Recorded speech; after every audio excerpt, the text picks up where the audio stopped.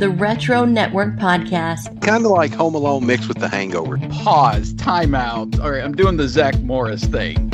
Yes. The flagship show for the Retro Network Podcast channel. We've got some fun stuff in this episode. Man, that's like listening to classic Guns N' Roses. Even G.I. Joe fans are like, WTF. Get ready for the latest pop culture news. We've got plenty of Recurrent Events headlines to get to. Man, can you imagine getting a service that streamed all these old Nickelodeon shows? Interviews. Let me just start out by asking you, what was your Batman experience when it first came out? Yeah, summer of '89, I was very excited. I was a comic book reader. And topical discussions on all that stuff we grew up with and just can't leave in the past. There's so many great memories that I have as a kid, just begging mom to go to the department store. We were the target audience for Sears catalogs. I remember getting them and mom sitting down at the kitchen table and getting on the telephone and making her orders. How have you not watched The Matrix? When I went to the movies, I was trying to go watch a sensitive movie, the ones where you could put your arm around your date. And now, here are your hosts for the Retro Network Podcast, Jason. I like to have pictures with my words. And Mickey. I ain't farting on those snare drums. Welcome back to another week on the Retro Network Podcast. How you been, Mick? This has been a better week? It has been up and down, up and down, up and down, but today I'm up. Okay. Why are you up today? What's going on today? Oh, it's my favorite day of the week, big Sunday dinner, and got my belly mostly full, but I still have room for a little something different here in a little bit we'll get to. We've been having a great week. Did the Disney Plus sign up, and man, we're knee deep in it. Oh, I was hoping you would bring that up. So, because I'm not signing up until Black Friday, but is it the layout and everything good? It's good. The only qualm I have about it right now is when you start a series, when you go back to it, it doesn't take you to the next episode, kind of like Netflix does, so you can see which ones you've watched up to that point. So, for instance, we're just totally into gummy bears right now. I got the little girl involved. We're all loving it. But when I go back to watch Gummy Bears again, I can't tell which episodes I've already watched. So we got to kind of click through and, all right, we watched that one. Okay, here we are. So that's the only qualm I have about it. But, man, we just are all in. I got the bundle. We had Hulu, but we got the Disney Plus and ESPN Plus bundle. The only qualm about that is you got to have an account set up for each of the three. You can't have one account and pull them all in. So you got to sign up individually, and then your bill gets combined at the end of the month. So it's good though, man. We've watched the 2 episodes of The Mandalorian twice. Last night we watched Wall-E and Lady and the Tramp. A couple days ago we watched White Fang. Have you ever seen that with Ethan Hawke? I've not. Back in the 90s. Oh, great movie.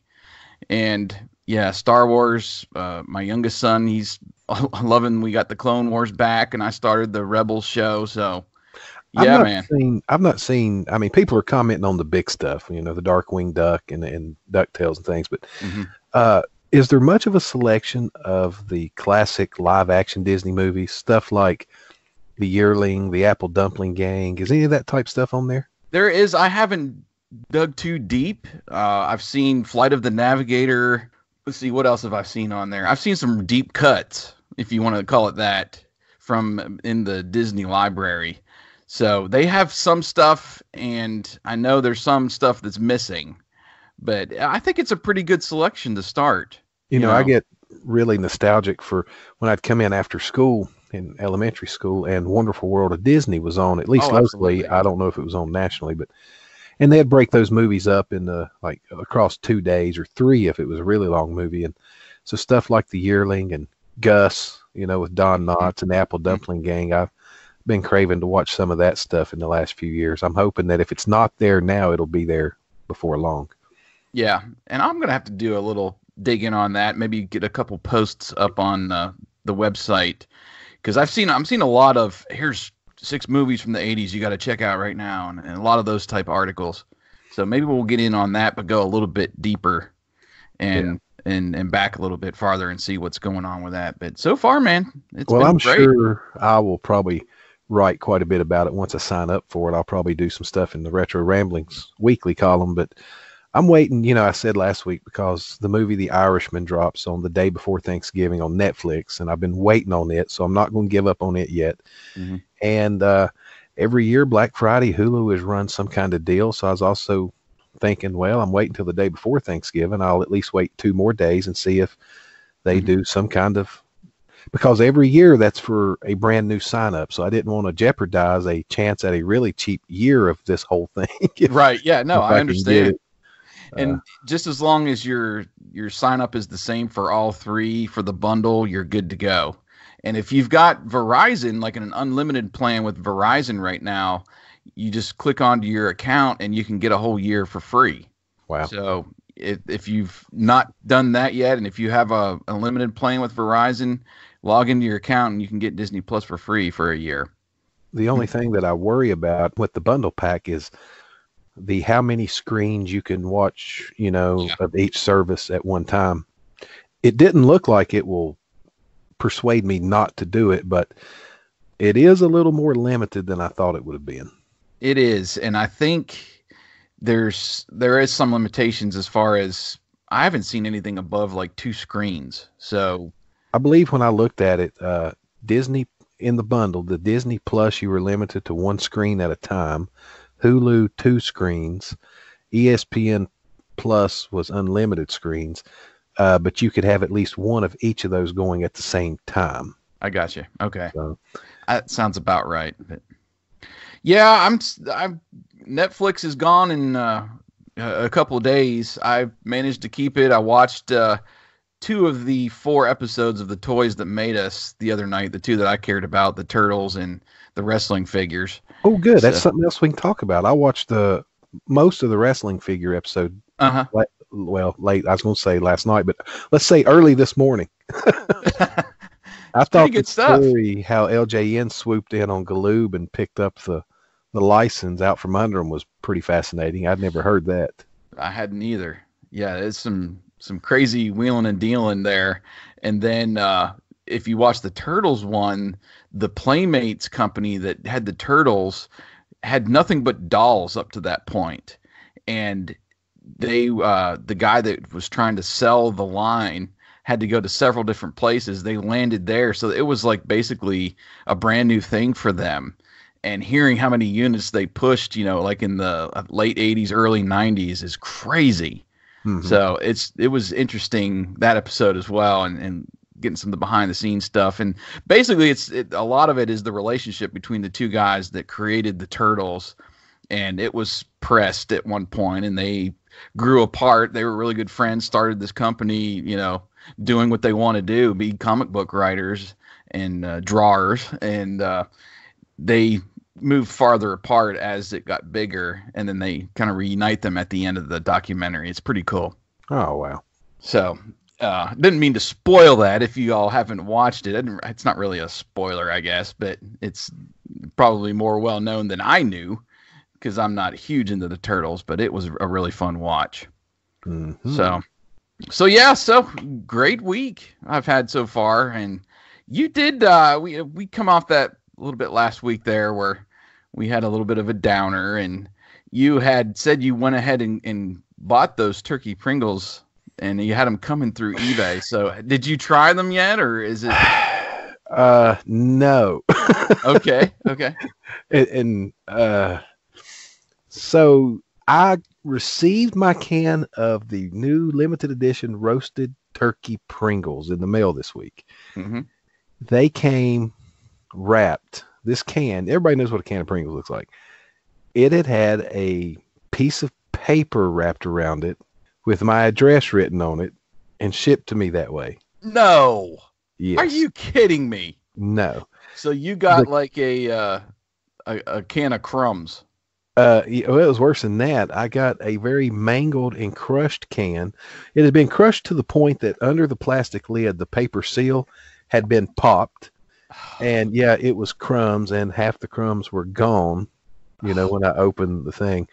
So I contacted this seller because as an eBay seller myself and running online stores for a few years, how you ship something is one of the most important parts of the whole deal, because if you Sure. can't get the product to the customer in as pristine condition as you say it is when you sell it, that's a problem. And the guy said, sorry, I have another can I'll send you. And I told him, like, no, I don't believe I want to take my chances. I think I'll just have a refund.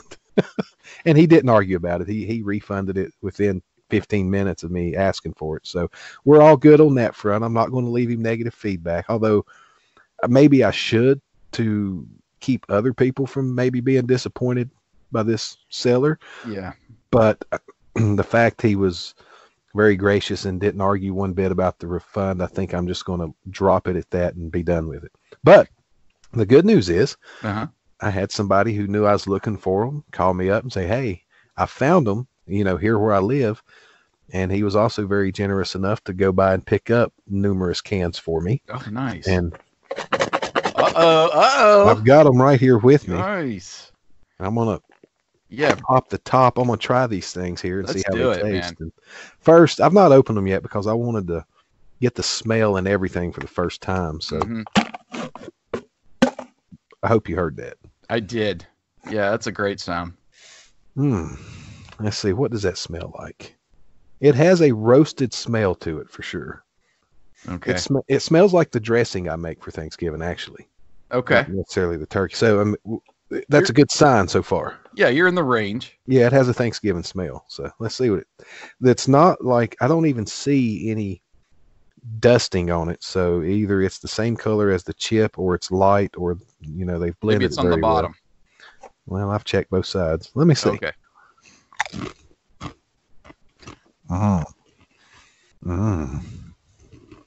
Now, does it make you want to skip Thanksgiving dinner?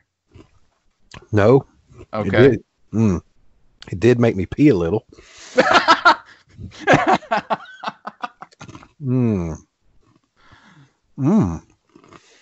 Okay. All right. So live on the air, you're going to give us your review of roasted turkey Pringles.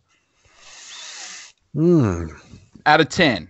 Don't you do out of 10, or you do the thumbs up thing? We do the thumbs up. So yeah, some thumbs up, thumbs down, thumbs in the middle. And then we do 2 down or 2 up if it's really good. Mm-hmm. These get 2 thumbs up. Oh, okay. It's got I can taste the hint of turkey, but maybe it's just the way I make my dressing. This actually tastes more like the dressing I make for Thanksgiving. But regardless of whether it actually tastes exactly like roasted turkey or not, it certainly has a Thanksgiving flavor to it, if that makes sense. Yeah, good. It encompasses like a lot of the smell and the flavors, because people, they'll mix gravy with their turkey and their dressing and take a bite of all of it. It's got a good Thanksgiving taste to it. That's pretty good Pringles chip right there. Good, man. And when we give something 2 thumbs up, that's our way of saying, if you see this, you should buy it. So I'll give it certainly a buy recommendation, unless you're still holding a major grudge over the turducken feast, which I still am at Pringles, but my mood has changed a lot because our good friend Tony's got me covered. He's sending me a Friendsgiving pack. Oh, wow. So I'm, my disappointment has leveled off now at that, because I'm still going to get to have it. So yeah, go out and get the roasted turkey Pringles. They are very good. And I'm going to let you know, if you don't find any here in the next couple of days, holler at me, because I'm going to send you some. Okay, great. Yeah, I've been looking. I was at Walmart yesterday. Nothing. We never go to Food Line here in our area, but that's where these were. So Food Line. But we don't have Food Line. I'm going to check Publix. I'm going to check Winn-Dixie. I'm trying to think what other chain stores in our area. That's about it. We have a Piggly Wiggly. Oh, too. You still have a Piggly Wiggly? We do. It's actually kind of new within the last couple of years. Yeah, they had it was Winn-Dixie, and then Piggly Wiggly went in. Well, I grew up with a Piggly Wiggly close by. My brother worked there, and I've actually still got his old employee vest with the pig logo on the back of it.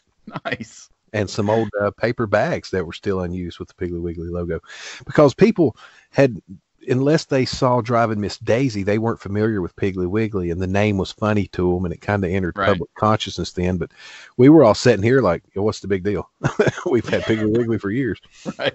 It's a Southern thing, I guess. But yeah, it is, I think, mainly in the South. and so is Publix too. I think they're based in Florida, but they've grown quite a bit and a lot in the Southeast. But yeah, we look for deals. So I'm not like stuck on one store. So I might have to make the circuit here this week and see if I can find me some.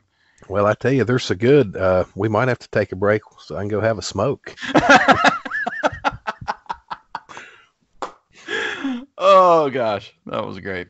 They are good. Well, it is Thanksgiving. I guess we're doing kind of the Charlie Brown thing, and we're having our Thanksgiving feast early this year because we will have an episode of a podcast next week. But we plan to do a Thanksgiving edition of the podcast this week. We've got some fun stuff coming up in the time machine, our Thanksgiving traditions and memories and all the stuff that surrounds Thanksgiving. And we reached out to people on social media and some of our staffers to chime in with their Thanksgiving traditions and memories too, which we're going to announce. So that's going to be really fun coming up in the time machine this week. Yeah, but don't worry next week, people, though, because it is a Thanksgiving-centric episode next week. It's just this is just all the other good, everything about Thanksgiving this week, and we've got a very focalized and central Thanksgiving topic for next week. That's right. And we've got some good stuff in the recurrent events this week. We're going to kind of skip the normal just pop culture news and dive into more, I guess, Thanksgiving stuff. There's a couple headlines that you might want to use to, there's like recipes and things, side dishes and stuff to have for Thanksgiving. So you might want to dive into some of those that we're going to post up there in the recurrent events this week and, fix for yourself for Thanksgiving dinner. Take advantage of us releasing it a little bit early. And so that's going to be great. We're going to have fun next week too. It's going to be a fun show, a little bit different format. We'll just put it that way. But we've got some other great stuff. We are giving thanks this week to fun.com, who also is part of the HalloweenCostumes.com. They're kind of sister sites, and they're going to partner up with us through the end of the year. As far as giveaways, that's going to be coming up. Actually, as you're hearing this, our giveaway is going to drop on another ugly sweater giveaway. So we're excited about that. I hope you are. We had such a great turnout last time, Mick. It was like, I think we had over 4,000 entries in the giveaway, which is incredible. But I'm giving you extra entries this time around, so you get to have a few more names in the hat to win that ugly sweater. And it's going to be your choice of ugly sweaters over there, and they've kind of combined. So you've got the Christmas ones that we're going to be touting a lot, but even the Halloween ones that we talked about are going to be available and at a discounted price too. So like we've been telling everybody, take advantage of that because our 15% off promo link is actually in effect again. So you can take advantage of some of those sale prices. And fun.com has just a slew of stuff over there. It's more, it's toys and all kinds of different products and everything beyond clothes. But there's a lot of clothing too that's pop culture related and great stuff. So be sure to check that out this week and make sure you're in the giveaway so you get a chance at that ugly sweater. Yeah, because when we done the Halloween sweater giveaway, a lot of people really wanted one of those ugly Halloween sweaters. So you're not going to want to miss your chance at this ugly Christmas sweater. And like Jason mentioned there, 15% off coupon code partnered with the fact that those ugly Halloween sweaters you missed out on are marked down severely right now. You certainly want to take advantage of that and stock up for next Halloween and maybe get something for this Christmas. I've got a brand new ugly Christmas sweater from fun.com, and it feels of the same quality of the fantastic Halloween sweater I got from them. These things are very well made. The colors hold up really well. They're warm. They're stylish.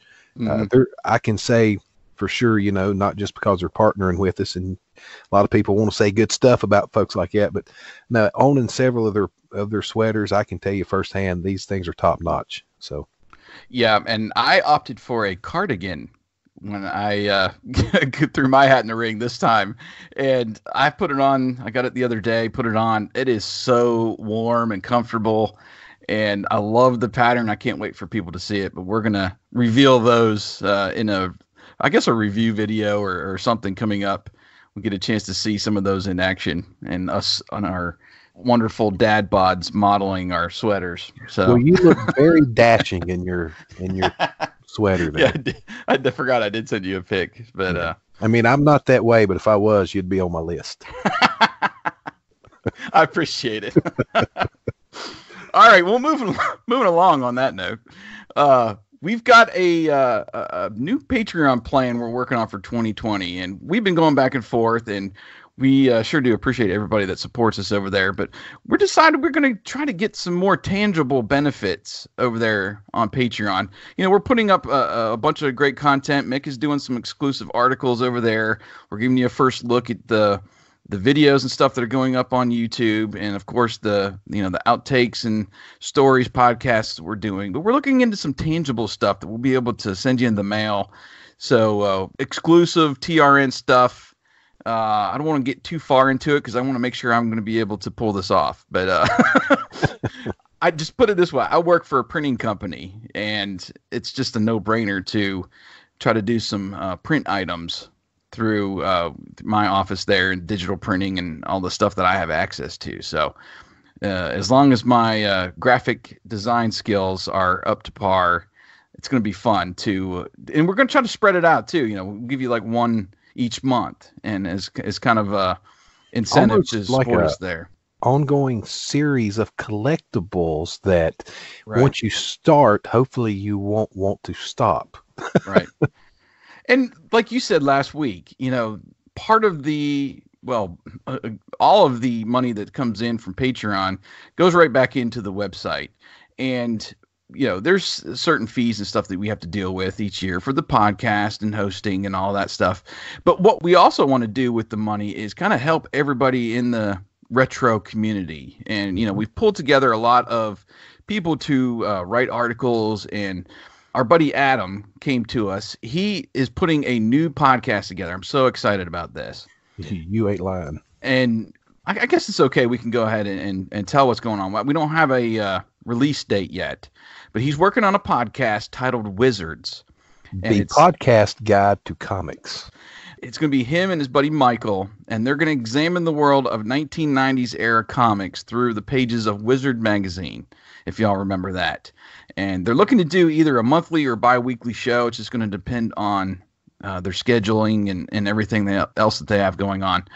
But very excited. And, you know, as the Retro Network, so pleased and glad to host that for Adam, you know, through this podcast channel. It's going to be right in the same channel as you're getting this show and, of course, Sequel Quest. So that part of that with Patreon is pushing back into other people, other content creators that want to get out there and just have fun. And you know what Adam had posted, he was furiously writing for some paid articles to finish getting the money together for some materials for this new show. And I seen that and I hit him up. I'm like, man, what do you need? Mm-hmm. And he told us, and we just took the money from our Patreon coffers and got what he needed. He's like, you guys are awesome and stuff. And I was like, that's why we built and are building this network, man. Right. That's right. We want to help bring creators' projects to life, that be it through lack of funding or lack of knowledge of how to do something. You know, Jason is a mastermind with podcast. I'm not too bad on web design and such and getting stuff posted. So people who have a project in mind that you've not had the opportunity for whatever reason to launch and you want to launch it, get in touch with us. Yeah. I mean, we're always looking to help people and put more fun content for everybody to enjoy on the various Retro Network channels that we have, be it podcast videos, written features. Gosh, if there's some new technology, we'll try it too. But if you've got something in mind that you've wanted to launch, or maybe something you launched on your own a while back or a long time ago and it kind of fizzled out, get in touch with us. We'll see what we can do to help you bring it back to life, or bring it to life for the first time and get it out there. Right. Yeah. Think of us more as a platform where, you know, if you want to do some writing, you know, we can get your stuff posted on the website.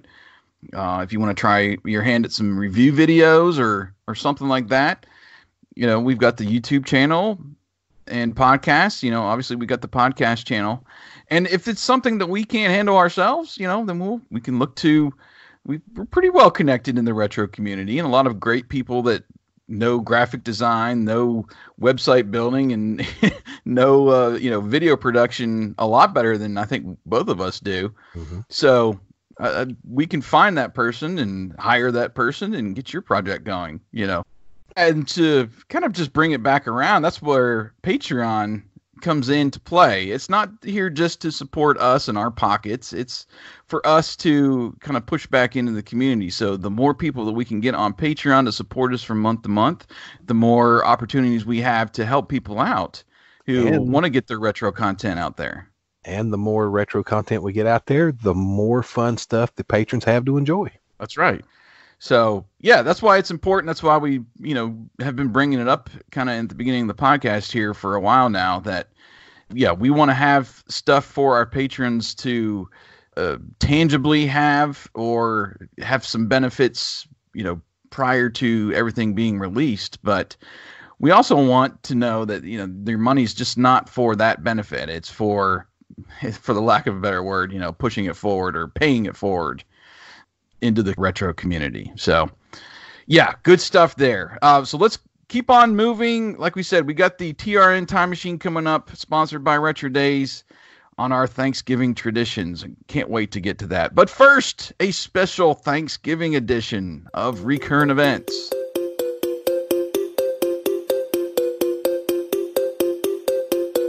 This week's Recurrent Events, sponsored by Fun.com. Like we mentioned, save 15% off store-wide with our promo link through December 31st. Ugly sweaters, toys, collectibles. There are a few restrictions, but be sure to click on the link. I'm going to put it in the show notes and go over there to Fun.com and save 15% as you shop on your next order. Some great stuff over there. Thanksgiving, man. I've got a couple here. Mainly, these are going to be food related this week, but I've got a couple fun Thanksgiving links that I came across. 15 vintage Thanksgiving dishes you should cook this year. All right. I'm going to just throw these out here, Mick, and tell me if there's one that you do now, or maybe you need to get back in the rotation each year. But the first one out was called ambrosia. Do you know what ambrosia is? I am vaguely familiar. It's kind of like a fruit salad-y kind of a thing. Pineapple, oranges, coconut, cherries, and marshmallows. And it's like a little, it's kind of like Waldorf salad, I think what they call it, with apples and nuts. And like they use, what is it, yogurt? No, Waldorf salad is the... you may be right. Yeah, never mind. I was thinking Watergate salad with the pistachio. But I don't know. What do you think about fruit salad? Have you ever had that before, ambrosia? Yeah, it's okay. It's not one that I really, putting the marshmallows in there will catch my attention. But anyway, here's a few more. Baked apples, cheese balls. How do you feel about the cheese balls where you just grab a cracker and you... Well, I'll be talking more about that. Okay. Actually, I'm looking down this list. I'm going to be talking about most of this stuff later. Well, maybe not the kidney bean salad, but yeah. Oh my gosh. Let's see what else is in this vintage dish list. Chestnut stuffing, Coca-Cola glazed ham. Hey, let me tell you something. You skipped right over the chestnut stuffing. You can't make good stuffing without chestnuts.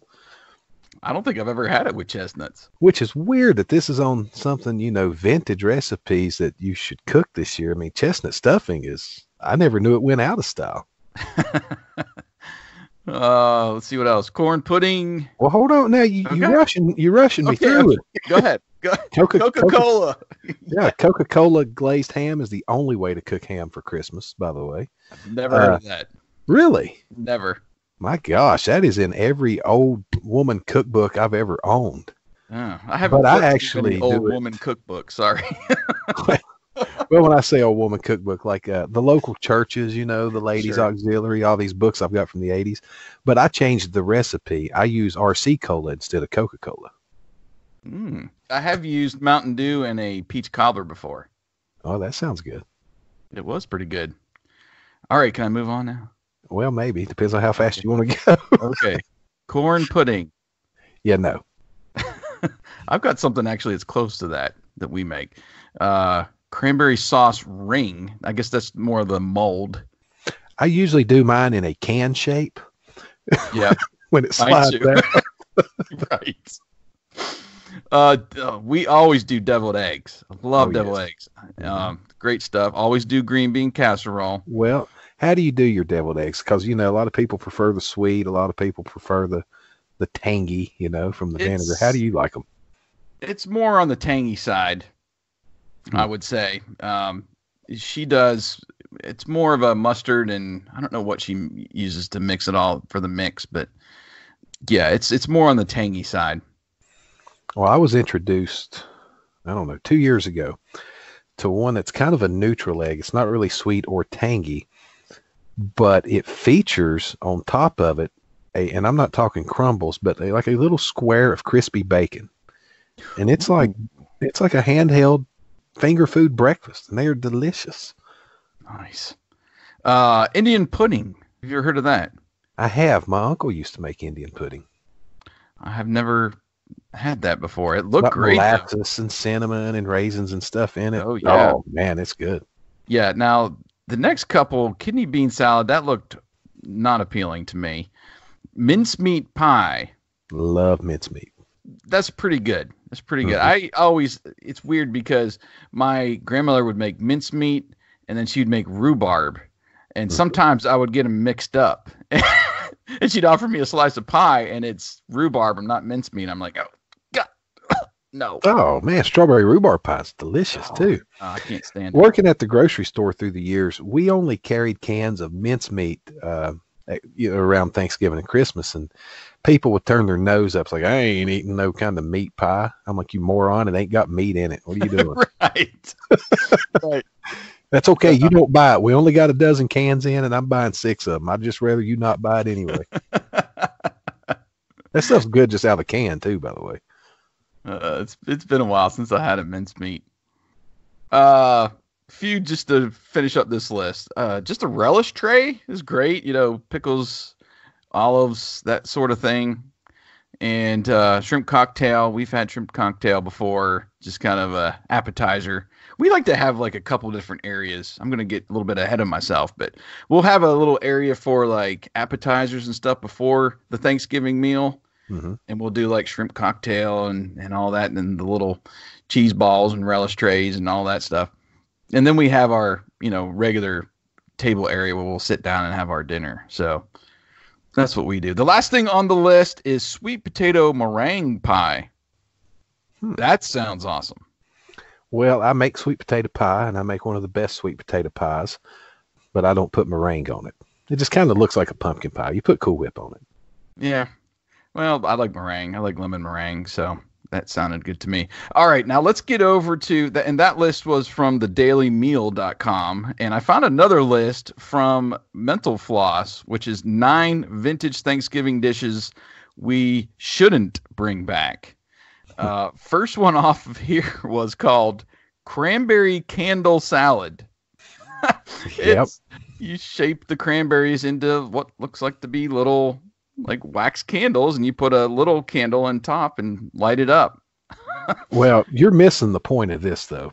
To make these, you have to mix cranberry sauce with gelatin and mayonnaise. No, thank you. I'm perfectly fine with cranberry something molded to look like a candle. That's kind of cool. But when you tell me that it's made with mayonnaise, you're probably not. Yeah. I like mayonnaise. I just don't know about it with my cranberry sauce. Yeah, I'm off that as well. Next one up, candied sweet potatoes with Angostura bitters. I don't know what Angostura bitters is. It's something that gets added to a lot of cocktails and mixed drinks to dull the sweetness of it. Okay, so why would you want to do that with sweet potatoes? Well, that's a good question. It really makes no sense why you would do this, because if you're making the sweet potatoes in the first place as a casserole, you're looking for the sweet. Right, and you're putting marshmallows in with it. At least mine are. So, yeah, I'm not gonna dull the sweetness at all. Creamed onions. Ooh, that sounds good. No, thank you. Really? It looks like more of a gravy, is what they're saying in this, where you pour it over your turkey. I was thinking more like cream corn as a side, or something, and it's just onions. Oh, no. I don't know. If you're eating it with something else, then maybe that would be a little bit better, because I do like onions. Mm-hmm. Okay, next one. Turkey and stuffing on Jell-O. They were pushing Jell-O hard back in the day. They were, man. Is it cranberry Jell-O? That's my question. I guess it is. Yeah, cranberry orange Jell-O. That might work. I mean, cranberry sauce, if you're getting it out of the can, it's kind of like Jell-O. Well, I'm looking at this picture here. I think it would be okay, but I think their proportions are all wrong in the picture. You've got twice as much cranberry Jell-O as you do turkey and stuffing. That's true. Maybe if you flip that, like you're right, it might be something to try. Next one is winter corn. Mixture of corn, sour cream, and bacon. Oh, I've never heard it called that, but that is delicious. That sounds great to me. Mm-hmm. This was crazy. Sweet and sour Tang popcorn. So reportedly back in the 70s, it was kind of like a take on caramel corn, but with Tang powder. Oh my God. That would be good. Well, you think about all the powdered flavorings you put over hot popcorn. A little Tang powder don't sound bad at all. I don't know about that one, man. Hey, you'll have to try that out and let me know. Well, you may think I'm crazy. We love the hot air popper here. And we'll buy the white cheddar seasoning stuff put on it. But something I learned when I was a kid, when your popcorn is good and hot out of like an air popper, you dust it with Nestle Quick chocolate powder and shake it around, and it kind of seals to it. It makes very, very good chocolate popcorn. That sounds good. Yeah. So this, we'll just make like an orange popcorn. I don't know. I'm not big on orange. Well, I mean, I'm not either, but I'm just saying that this is on a list of stuff we shouldn't bring back. I don't think it's bad enough to warrant that. There's a lot of people that like orange. It kind of reminds me of what do they call it? Like the candy popcorn, or that comes in the different colors. You know what I'm talking about? Mm-hmm. That they sell in bags. I don't know. I'm not big into that. It's just too sticky. If it's just dusted on there, maybe, but I don't know. Yeah. We'll see. Next one is hot Dr. Pepper. Have you ever taken a soft drink and heated it up? I 2 years ago found this old recipe from the 60s for hot Dr. Pepper and made it. And it is wonderful. Really? And I actually have it in my plans to do a video for Christmas on the Retro Network this year. So the only difference is the recipe calls for lemon. I found that using an orange slice works numerous times better. Interesting. Okay. It's not something you would drink all the time, but for the holidays, it's cold out and you want something to sip on. It's pretty good in that role. Okay. Now, do you leave your soft drinks out like from the fridge, or do you put them in the fridge? They stay in the fridge. Okay. So it seemed a little bit weird then, taking something out of the fridge and like trying to heat it up. Do you heat it up in like a when you're going to do pan or just in the microwave or something? Oh, no, you got to have it on the stovetop. Mm-hmm. But when I'm going to do something like this, I don't buy it and then put it in the fridge and reheat it. I'll buy it and leave it out until I use it. I thought you meant just like drinking soft drinks in general. I'm like, no, I'm not some kind of animal. They go in the refrigerator. I'm just saying, if you're going to do this and you're going to have to heat it up on the stove or something and from the fridge, you need controlled heat. Microwave is not controlled heat. No. Yeah, it'll start to thicken up and burn, and you got to do it on the stovetop at a lower heat. But it's worth the 10 minutes it takes to make. Okay. 2 more to go. Frozen jellied turkey vegetable salad. This looks like you put it in the freezer to get it together. Cream of celery. They say salad dressing. I'm betting they mean Miracle Whip salad dressing. Diced turkey, vegetables, and gelatin. No. Served frozen.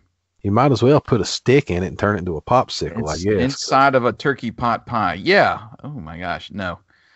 All right. Then we got our Jell-O fruit cornucopia. So I guess you take Jell-O and there was like a cornucopia mold or something, and you're popping all your fruit in there.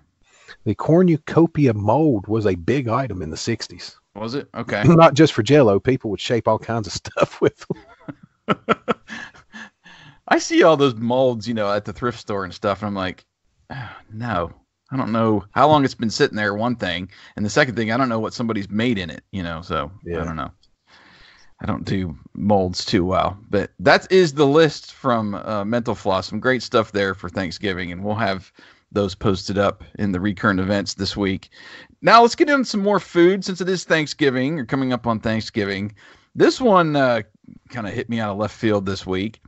There was an image put up from a Twitter account, from a Instagram account, at least, of Ecto Cooler. And it was these new cans, had Slimer on it. There was 3 different flavors.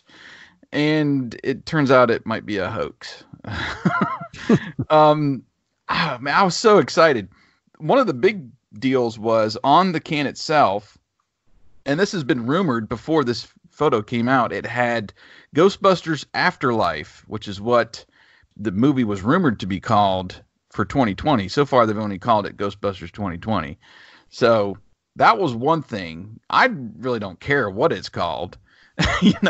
You show me these pictures of Ecto Cooler, I'm going to be all excited. And then I'm going to put a link up. Ghostbusters News, I think it's just GB News.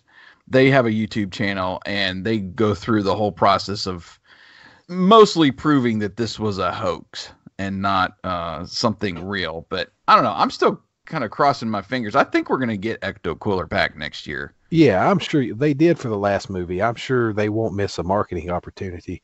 Whether we get new flavors or not, I'm sure we're getting Ecto Cooler back, though.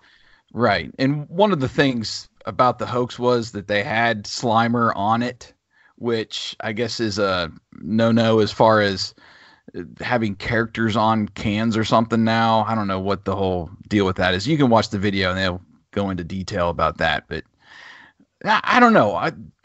It was just so iconic seeing Slimer on that box back in the day. And to get him back on the can would be even more collectible now. And I can just picture myself, okay, here's a Ecto Cooler pack on the Coke website, and here I am clicking for 5 hours trying to get it, Oh, I hope that does not happen, and it's more of a wide release this time around. Okay. Moving along. I don't know what I think about this. The company Post, the cereal company, revealed new Twinkies cereal this week. It's coming late December. This is, of course, the cereal inspired by the dessert, and it's supposed to taste like Twinkies. It even has the yellow color and that kind of oblong shape of a Twinkie. So, I don't know. Twinkie cereal. I'm a big fan of Twinkies, but I'm not holding my breath on this cereal. 2 years ago, they released the vanilla wafer cereal. And same deal. It's going to taste just like the cookies or whatever.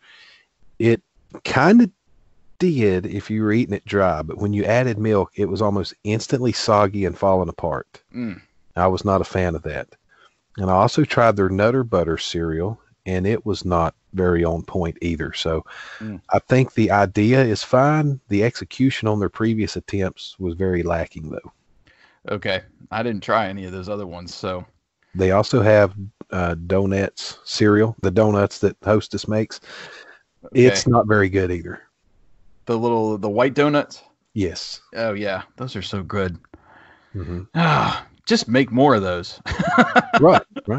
Or make it bigger. Give us like big little donuts. Hey, while we're on food news, I seen something this week for Christmas. Uh-huh. Speaking of little donuts, the little chocolate-covered donuts. Yeah. Little Debbie has out chocolate-covered chocolate mini donuts. So it's a chocolate donut covered in chocolate for Christmas, which is interesting. Doesn't look very Christmassy. It's just a little brown donut, but hey, I like the thoughts of it, though. Yeah, I'm sure the package is decked out in Christmas. It is. All right, moving along. Snack Pack introduces new Fanta flavored gelatin, orange, pineapple, and grape. I don't know about this. I don't either. I'm not a Fanta fan. I don't think their flavors are very good. I'm not a fan of Fanta either. So now, if this read Snack Pack introduces new Crush gelatin made from orange Crush, grape Crush, strawberry Crush, I'm all on board. I would be too. Yeah, that's definitely the best of the fruit soda, in my opinion. This was fun. I saw a post from Dinosaur Dracula, he's going through like this phase now with recipes, old recipes, and he came up with a 1970. That ain't a phase. He's been going through that for years. Well, you've been following him a lot longer than I have, so well, and I love him for it. I love him for it. I love those old recipes, like we were talking about the Thanksgiving. Mm-hmm. I have all these old cookbooks too, and I'm always going through them, wondering what it, how would this turn out? And he does it and shows us how it turns out.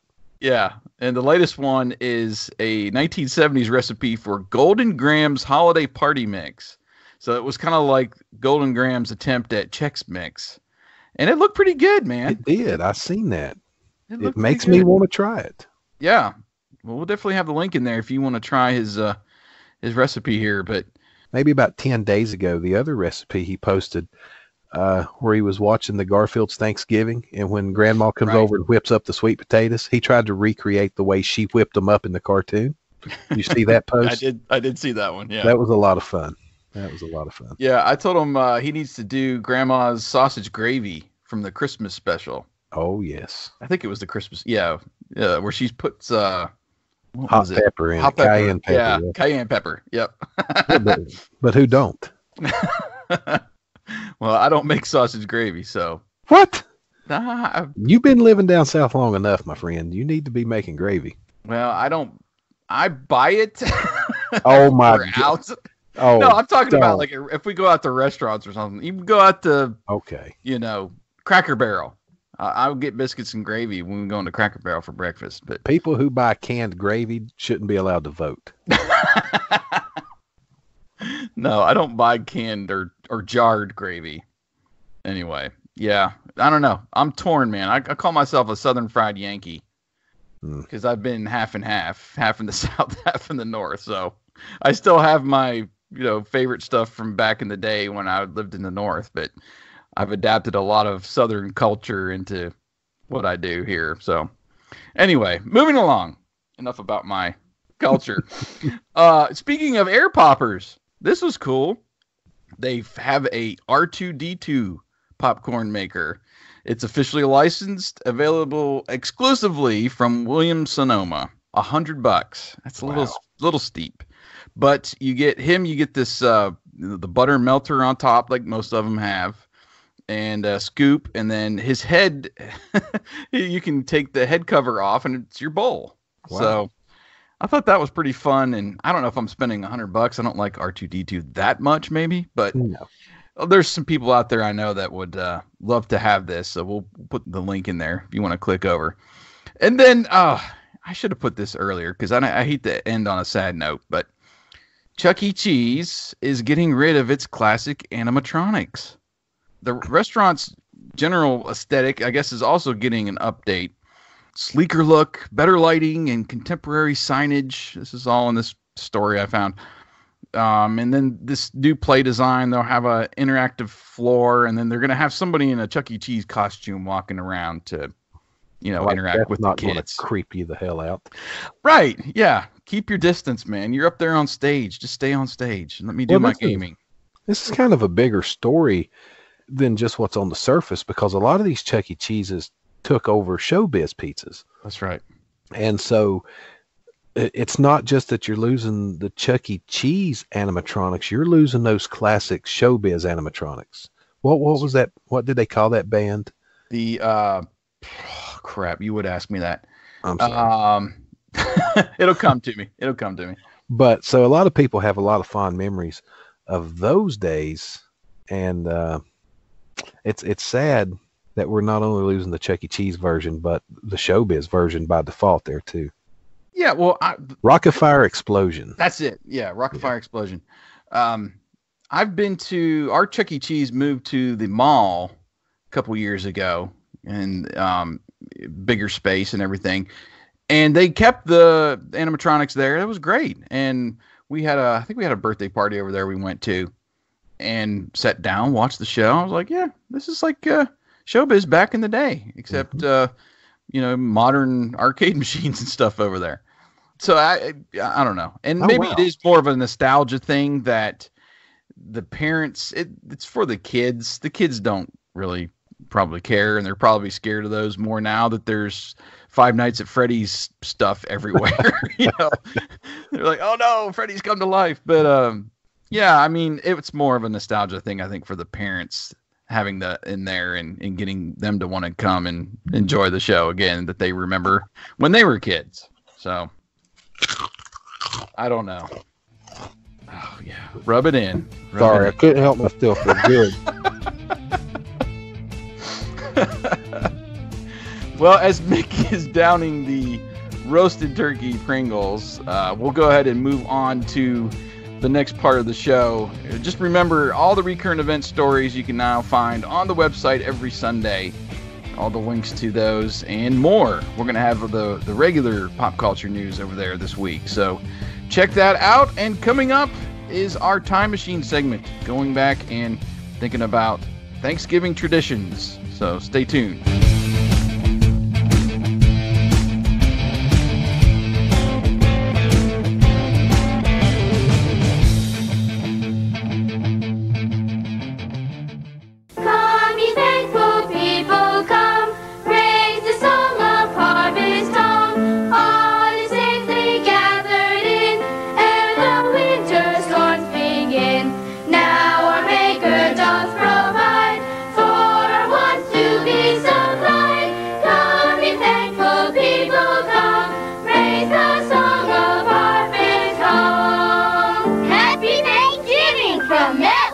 Remember, Harry, it's Marion's first holiday turkey, not a word if it's dry. It's her first turkey. It won't be juicy. What they don't know is Marion's first turkey is America's first turkey, Butterball. It's always juicy because it's specially deep basted, so every slice is moist and tender. Juicy turkey, Marion. I knew it would be. After all, it's Butterball, also available fresh. We're Beatrice. And welcome back inside the TRN Time Machine. And we have traveled back to Thanksgiving past this week to talk about our traditions and some of the things that we just go through each year as we celebrate Thanksgiving. And one of those things, Mick, is just our family gatherings. Do you have a big gathering with your people there? Do you have people traveling in from far away to come in and have Thanksgiving with you each year? Well, since this is the time machine, let's go way back in time. Okay. Tell this from the beginning. I grew up never really having Thanksgiving dinner because my dad and my brother hate turkey. They're not fans of stuffing or dressing. They don't like much of anything that has to do with Thanksgiving. Wow. So the family, I was always drug along. We went out to eat. And I hated that because being in school and watching TV shows, you knew what Thanksgiving was all about and why am I not getting to partake in all this? Yeah. As I got a little older, though, my mom loved turkey, and I got old enough to stay home. I made the choice that, I didn't put my foot down because you didn't put your foot down with my old man. You would lose your foot. But I just got to the point where I could stay home, and Mom started making a turkey breast and a pan of dressing, and her and I would eat on it, and I'd stay home and eat that. So when the wife and I got married, I don't know, 40, 50 years ago, I told her that we were going to have Thanksgiving dinner because I'd never actually had one. And ever since our first year married, we got married in September that year. From that November on, I have fixed a mammoth Thanksgiving feast every year since. Oh, that's great. And I love it. And it's to the point we invite a lot of people. It's a rotating cast. Some years my brother will come and others not. And some years my parents come and not. And my wife's family comes. And it ranges anywhere from 8 or 10 people to 20 to 25 at times. So cool. We have a big gathering, and I fix lots of food, and usually 2 or 3 22-pound birds just to feed everybody and make sure there's some leftovers for a day or two. Yeah, should be some leftovers if you're making 2 or 3 birds. Wow. Well, you'd be surprised because not only even the people who don't come, as soon as we're done making dinner, we actually put together some meals and take them out to some people who couldn't come. Oh, nice. Like if my parents don't come, I make the trip down to see them and take them a lot. And some other older friends that we have that are not, either their family's not around or they're not able to travel, and we make sure they get a good Thanksgiving dinner too. So I have to make a lot to make all that happen. I was going to say, I guess that's why you got a week off this year to cook it all. It's the first time I've taken this much time off. I have taken the Wednesday off in the past, but now I'm taking off the whole week. So Wednesday will be a full day of cooking as well as Thursday. Yeah. Well, that's cool, man. Yeah, we never had a big Thanksgiving dinner at home. We were always the travelers because my dad's side of the family lived 2 hours away, and they were all still around about the same parts. So we would make the trip, the 2-hour trip each year to go to Thanksgiving. And usually we'd go up for Christmas too, like either Christmas Eve or the day after Christmas or later Christmas Day. We would get up and do our stuff and then head up there. But yeah, mainly Thanksgiving we'd have, and it rotated amongst my aunts and uncles too, and my grandparents when they were alive. So I was traveling, and the really cool thing I liked about traveling around Thanksgiving time was most of the people had just started putting their Christmas lights up, and that trip back at night, I get to see all the Christmas lights that were out traveling back, and I usually fell asleep. Usually I was in the car and I was out within like 15 minutes, but just getting to go through different towns that you wouldn't normally see and seeing the different Christmas lights displays and stuff from houses and businesses and stuff was really fun on that 2-hour trip as a kid. And now we have my sister-in-law lives close, and my in-laws are within driving distance. Most of my family are in Pennsylvania, so I don't get the chance to see them usually around the holidays. But we will go from place to place and have our Thanksgiving and Christmases with mainly my wife's family nowadays. And it's mainly 10 to 12 people at most, so not a lot. We usually cook one bird. We have done a bird and a ham on Thanksgiving as well, even though we traditionally do ham at Christmas time. But we'll get into the food in a little bit. But yeah, we had one other little awkward tradition that my wife, their family does, and I got rid of it pretty quick after we were married. This is gonna be juicy. And maybe you've heard of this. Maybe some other people have heard of this. We all sit down, when you're sat down to the Thanksgiving meal, you take candy corn and you pass out like 2 or 3 pieces of candy corn to everybody around the table. And then you go around, you pick up one piece of candy corn and you say something you're thankful for, or, something that happened this year. And it sounds innocent and it sounds, I don't know, caring and, something a family would be. You're appreciative for your blessings. But it's always awkward to me, and I don't like being put on the spot like that. And you're pressured into what you are saying, and you probably need to say something about some of the people that sit around the table that you don't always agree with. Well, you gotta turn it on its head a little bit. Like, I'm thankful Bill's here with us today. I'm thankful this only happens once a year. Right. Yeah. That way you don't have to be the bad guy saying you don't want to do it no more. You just make everybody else not want to do it by what you say. Yeah. Well, it got to the point where we were making Thanksgiving dinner one year, and my wife was like, "Oh, I forgot to get candy corn." I was like, "Darn." So, and they still try to do that a little bit without the candy corn, whatever. I don't even know what that represented, but I've never heard of doing it with the candy corn, but I mean, we touch on that stuff here at our meals. It's not typically before the meal. It's, sitting around talking and eating. People talk about things from the year that they're thankful and stuff. So yeah, I've been writing a toast to the Retro Network for our Thanksgiving dinner. How thankful I am for everything we got here and our friends and followers. Yeah.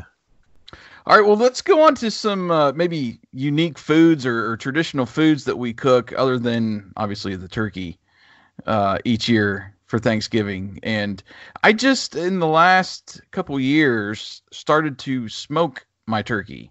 Oh. I have a small electric smoker that I use, and it, I don't know, a medium-sized turkey just barely fits in there. And the last couple of years we've taken it, and this has been before Thanksgiving, and either to a church meal or somebody else's house or something. So I haven't been able to like hoard it like I want to, but I think this year we're finally going to get a chance to keep the smoked turkey all for ourselves. But what are some other ones that you how do you prepare your turkey each year? I've smoked a lot of things in my life, but a turkey's not one of them. Take that either way you want. Yeah, I was going to say, we'll just leave it there. I've had smoked turkey. I love smoked turkey, but when the wife started first fixing our turkeys with the turkey roasting bag, speeds up the cooking time and all that, and I didn't know any better. But then I discovered the old-fashioned way of really roasting a turkey in the oven, and there is, unless maybe you're smoking it, there's no better way to fix it than the old school style. Throw the bag away, people. Right. Do it the old-fashioned way. Keep that sucker basted, and you have to. It's a week-long thing. You got to thaw it. You've got to brine it. You've got to peel the skin and brine underneath the skin, and you got to stuff it with onions and apples and stuff. Yeah. Oh my goodness, there is no better turkey than that which you make the traditional roasted way. You put the time into it, so it tastes better too. You know what I mean? Exactly. And butter, like lots of butter, like 2 pounds at least of butter is used in the making of this turkey every year. It keeps it moist and juicy, and it's so good. And man, I can't wait. I'm like the old man in A Christmas Story, always wanting to nibble on it. Mm-hmm. Yeah. But that's how we make the turkeys. Okay. We roast them traditionally now. We do some traditional sides, mashed potatoes. We do the green bean casserole.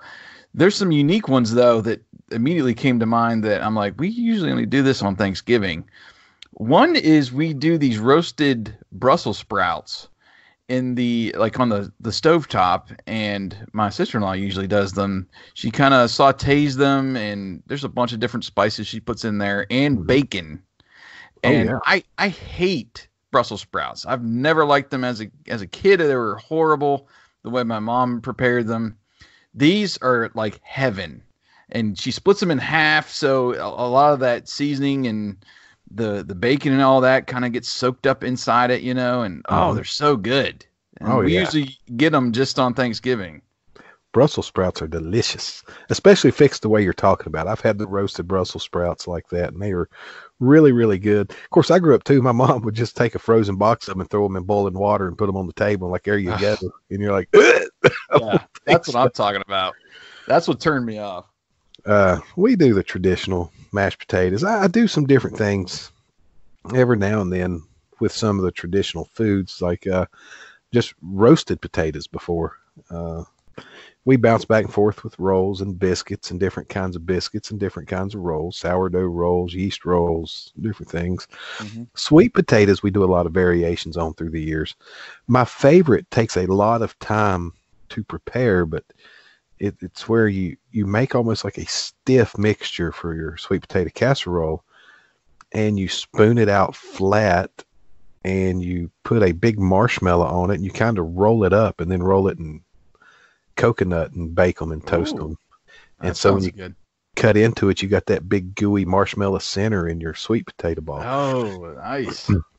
I've done, maybe this is my favorite way to do them. I've done twice baked sweet potatoes before, where you bake them, you hollow them out, you take all the stuff you pulled out, and you actually make sweet potato casserole with it, and then you stuff it back in the potato and top it with marshmallows and bake them, and everybody has a sweet potato casserole, twice baked sweet potato to put on their plate. Wow, I've never heard of that. It sounds good. I think that may have been an original. I don't know that I've seen that anywhere. I may have just come up with that, but it was really good. Yeah. Then the other stuff, I always do broccoli casserole. My daughter loves it. What do we do? Homemade macaroni and cheese out of the slow cooker. Of course, we always have the basic veggies. We'll have corn and carrots and green beans galore, deviled eggs, dressing. Dressing is my favorite part of the Thanksgiving meal, though. I think it is mine, too. And when done right, just makes the whole meal, Yes, sir. I would stuff myself with with stuffing and dressing, whatever you want to call it, more than probably any other side. What goes into yours? Well, they switch it up. They do more of some years they'll do more of just a kind of plain Jane stuffing with not a lot of stuff inside. And then some years we'll do the one with the cranberries and the dried cranberries and all the spices and everything. But I guess I kind of lean towards that more than just your traditional kind of plain Jane stuffing. Well, there's nothing plain Jane about mine. Have you ever had it with sausage in it? No. That sounds wonderful. Yeah, you crumble sausage as fine as you can get it and fry it up, and you take it while it's hot and mix it with your dressing mix before you make your dressing. Oh, my goodness. That sounds great. One of the other ones we do each year, usually just for Thanksgiving, we've never come up with a good name for it. We just call it corn floof. It's kind of a mixture between, like, it's not pudding, like corn pudding, and it's not like cornbread. I don't know how they get the stuff on top. It's almost like a corn cobbler. That even is a thing.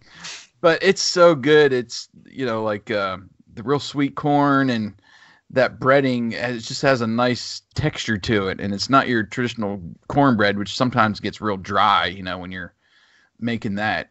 So that's a standard for our table as well. And then we'll do an assortment of pies too at the end. I got to have a pumpkin, but I also like having a fruit pie as well, whether it's cherry or peach or whatever. My youngest insists on key lime pie for Thanksgiving every year because she don't like the traditional pumpkin pie, sweet potato pie, pecan pie. Mm-hmm. So we always make sure that she's got a key lime pie. Interesting. I like key lime. I do it for Christmas now. I used to do for Thanksgiving a chocolate-covered cherry cheesecake, but it fits Christmas better than Thanksgiving. Gotcha. So I started moving it back. And I'm going to ask you a question here after I say this. Where my dad don't like turkey and he comes for Thanksgiving some, one of his favorite dishes are sausage balls. So I make sausage balls every year for Thanksgiving too. Do you do anything special for breakfast or that morning? Or yes. And the special in the fact that we don't normally have this, but it's not like we get up and we're slaving over a hot stove for 2 hours to make breakfast either.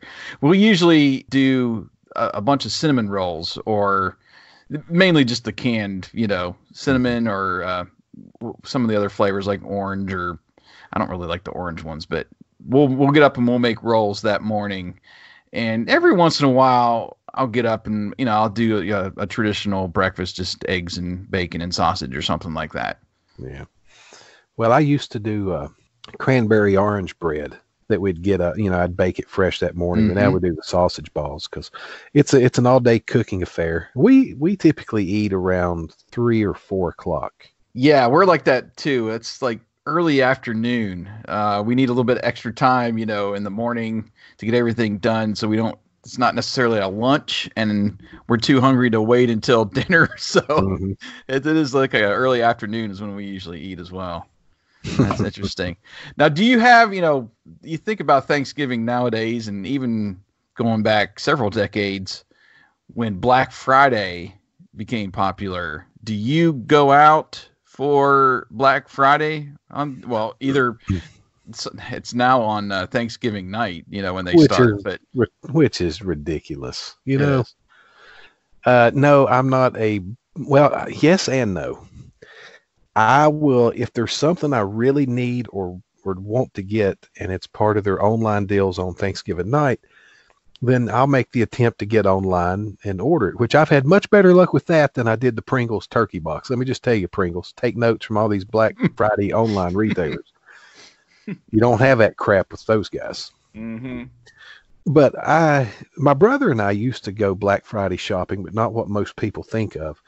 While everybody else was waiting in line at 3 a.m, and the doors were opening at 5, he and I were in bed. And we would meet at like 8 o'clock, and we'd go to Cracker Barrel, have a big breakfast, take our time. 10 o'clock, we'd roll into the store. The rush was dead.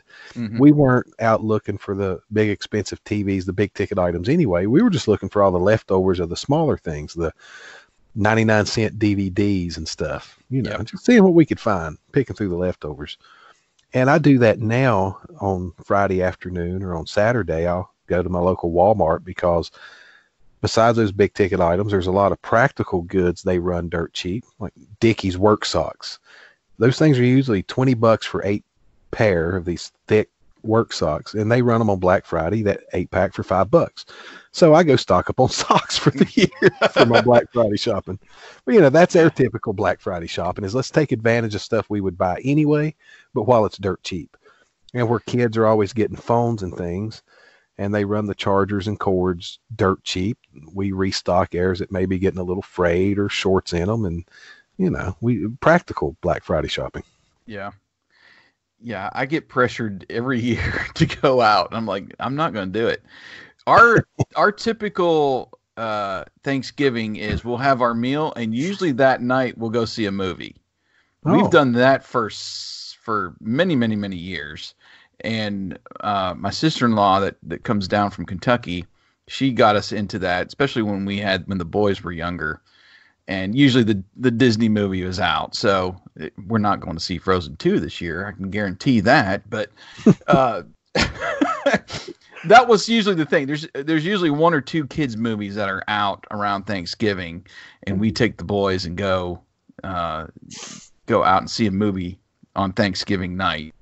I don't want to give up my Thanksgiving night. After I eat my meal, I just want to take it easy.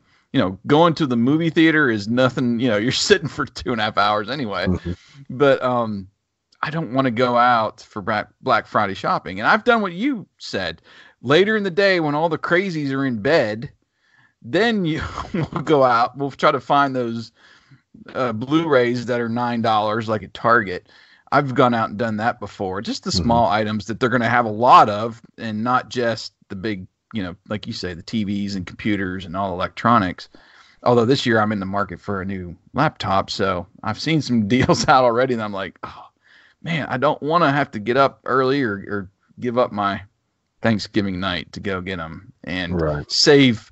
You're probably saving $10 or $20 on a laptop versus waiting till Cyber Monday anyway, Right. So it's not worth my time.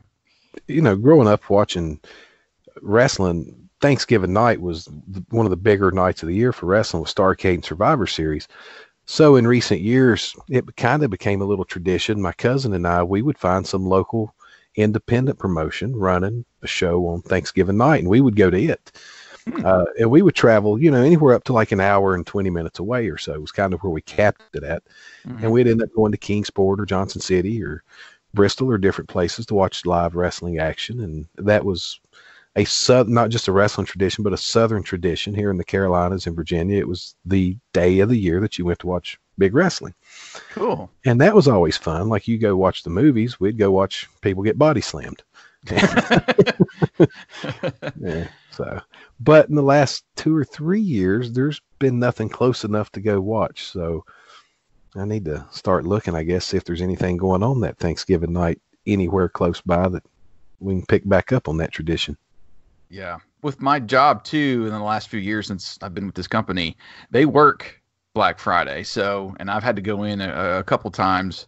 I think I did get 1 year off where I didn't have Black Friday, but I'd have to go in for at least half a day and work. So I'm not getting up early to, do my Black Friday shopping and then go to work. I don't need to get up any earlier than I already do to go into work. But so that's part of the situation too, with kind of keeping Black Friday at bay. It's usually a work day for me. Anyway, let's go on now to some of our favorite Thanksgiving movies or specials. Or did you get into the parade at all? Do you watch the parade, the Macy's Thanksgiving Parade each year? I always watched it growing up, but in recent years, I've really grown tired of it. I mean, really tired of it. But it still being a tradition, I still try to find a way to stream it and have it on in the background. Right. That was mainly for the kids too. Like, hey, kids, get up, the parade's on. And they're like, I don't care. Right. Yeah, that's basically the same situation for us nowadays too. It's more, you get up, you put it on if the kids aren't up yet or something, and you're out cooking, and it's more like just background noise than, oh, let's all sit down and watch the parade. And they put, well, back in the day, I don't know. I haven't watched it probably enough to compare the floats and the balloons and everything that they use nowadays versus, 25 years ago. So I can't say that it was better back then, but it had a lot more relevant stuff, I guess, back then than, what kids are into nowadays as well. So, and you got to think too, most people, and from the way you've been talking about your meal, I'm sure you're one of them. Most people, when they go have Thanksgiving dinner, it's a collaborative effort. Our Thanksgiving dinner, everything is 100% made by me. Nobody brings anything. So there's no time to watch a parade. Right. Yeah. When you're cooking 8, 9, 10 side dishes and 3 turkeys, and 4 pies, there's not time for the parade. But my favorite thing on Thanksgiving Day is still football. I'm a big football fan, and people complain all the time about, I don't want to watch the Lions every year. Well, get over it. You know why? It's tradition. And here at the Retro Network, we like to preserve tradition. That's right. The Lions are the team. The Lions are the team. Thanksgiving. Lions and Cowboys, and now you can watch them both playing separate games. So pick a game. You don't have to watch the Lions. You can watch the one that comes on after it. People are like, they always lose and stuff. I'm like, yeah, I know. The last time the Lions won a game on Thanksgiving, it was against the Christians in the Coliseum. But still, it's a tradition that you watch the Lions on Thanksgiving. Yeah. And I'm a big time Cowboy hater. So that's always fun to have something. If my team that I root for is not playing, I like to have the team to root against playing. That's right. And I'm a 49er fan, and they're playing on Thanksgiving night this year. So there's always that. They playing the Cowboys? No, they are playing the Ravens in Baltimore. Ooh, I'll be rooting for them. One of the guys who works for me, his dad called me up out of the blue 2 months ago and said, hey, look, it's this guy's birthday, and him and his wife were getting together. We're going to surprise him. I want to get him tickets to watch the 49ers and Ravens, because this guy's a 49er fan too. He said, but before I do that, I have to know he's going to be off. And I'm like, well, I can't just let him off, And I said, but if you personally, because I know his dad actually used to work there too. I said, if you personally want to take responsibility, I know he has vacation days left. I will schedule him a vacation day right now, but you have to explain it to him that he lost a vacation day. Yeah. And he was totally fine with it. So he got his present. He's all excited to go watch the 49ers that night. That's fun. Yeah. I don't know. There's just no greater feeling than eating your meal. You sit in the couch and fall asleep watching football. Yeah. It's so great. So Put great. your hand in your pants. That's the tradition. Yep. Yeah. Al Bundy. All right. Well, what else do you like to watch around Thanksgiving time as you take a bite? You got to warn me, man. You got to warn me before I throw a question at you. You're going to put a chip in your mouth. Well, I guess I'll go then. No. Do you want to go ahead? Sure. Okay. Thanksgiving. I have a big Thanksgiving playlist as far as TV shows go, but there's 3 movies that come to mind. Most holiday movies or Christmas movies, it's rare to find a Thanksgiving movie. That's right. But Planes, Trains, and Automobiles, I guess, is the gold standard of Thanksgiving movies. Yep. One that a lot of people don't watch that's in a similar vein of that is Dutch. Have you ever seen Dutch? I have seen Dutch. I watched it just as recently as I think this year. I can't remember where I found it. It was on one of the streaming channels. I haven't watched this in a while, and I knew Al Bundy is in it. And it's funny, that movie, the guy that plays it's the son's roommate at college is you remember when Al Bundy was on Dragnet, when they brought Dragnet back? I never watched it, no. One of those kids was his partner in Dragnet. Ethan Embry is his name. So I watched that movie. I was like, oh, this is weird. I forgot that they were in that. And we were a huge fan of that Dragnet reboot. And it only lasted maybe a season. This was, I think, right around the year 2000. But yeah, it was watching that movie. It's a great movie. And it is around Thanksgiving. Yeah. And it's in the similar vein of Planes, Trains, and Automobiles. That's why I'm always surprised it don't get more love or people haven't seen it, because it's a cross-country trip and they run into problems, and it's fun. It's a different dynamic because it's an adult and a kid, which makes it different enough, to be a different movie. Nothing burps better than bacon. Yeah. Your water looked tasty. It's a good one, man. And then the other movie I think of at Thanksgiving time is Son-in-Law with Pauly Shore. Yes. Where he goes home with Becca for Thanksgiving, and that's a funny movie too. It's been years since I watched probably my favorite incarnation of Pauly Shore in anything he'd done. That he just was really good in that. Mm-hmm. I've got a weird movie tradition for Thanksgiving, and it started when I was a kid. We picked up a station, WPIX, out of New York on our cable system, and it was somewhat like WGN or one of those that was it was a New York station, but they catered more to a national audience, and that's where I watched my Batman 66 in the afternoon when I came home from school. They, on Thanksgiving Day each year, would play Laurel and Hardy's Babes in Toyland. Huh. And it was, as far as I can remember, it was the black and white version for the longest time, and then they colorized it, and they started showing the colorized version of the movie. But it's one that I couldn't find. Like, I wanted to, for the longest time when I was like in high school or college or something, I was away from home or whatever, I couldn't find a copy of it. And I finally found a VHS copy of it.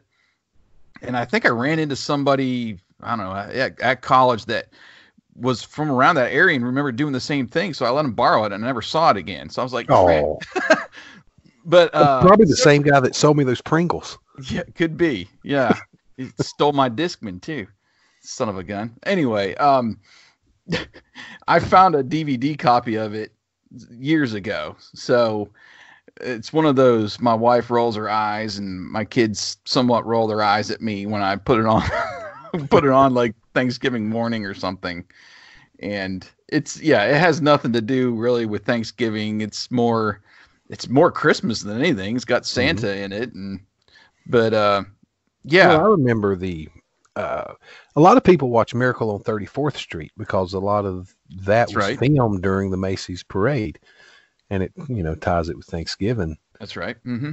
And I remember back in the 90s when a lot of the cable networks would run marathons. I can remember USA in the early 90s would run the old Spider-Man television show. Uh-huh. They would cut that, or somebody had cut that footage and made like 4 movies where they combined footage from all the episodes. Interesting. And they would run those as a marathon. And some years they would run the Planet of the Apes movie marathon. And oh, yeah. Stuff like that. So.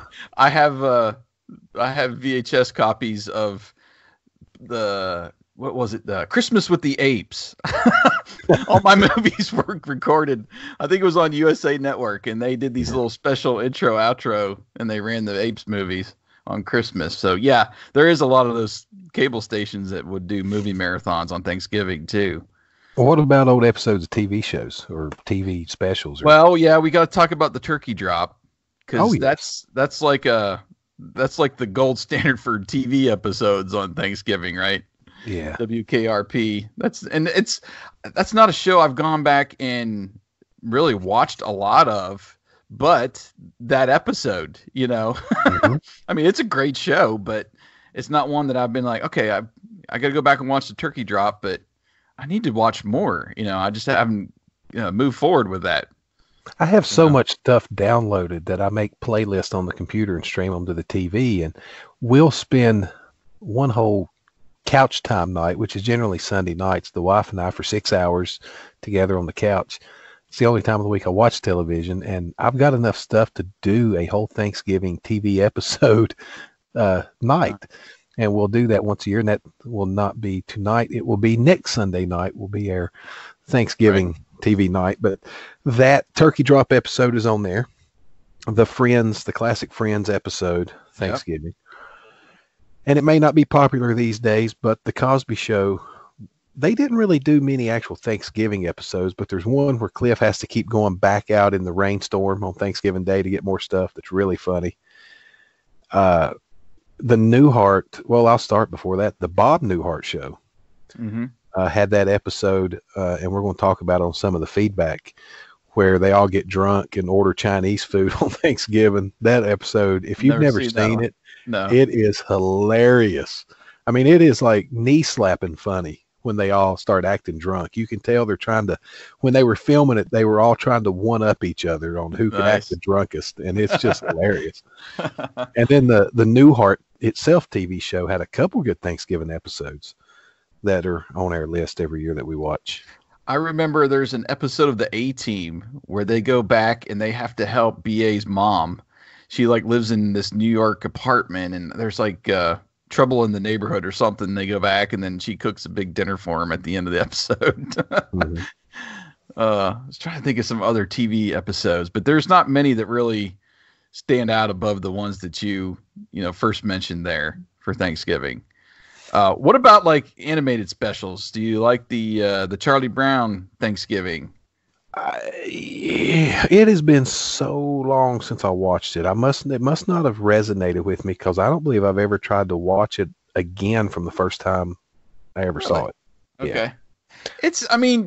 And I would say with Charlie Brown, with Garfield, the Thanksgiving ones are probably the third out of the three that are people's favorites. But there's some fun. I really like the Charlie Brown Thanksgiving.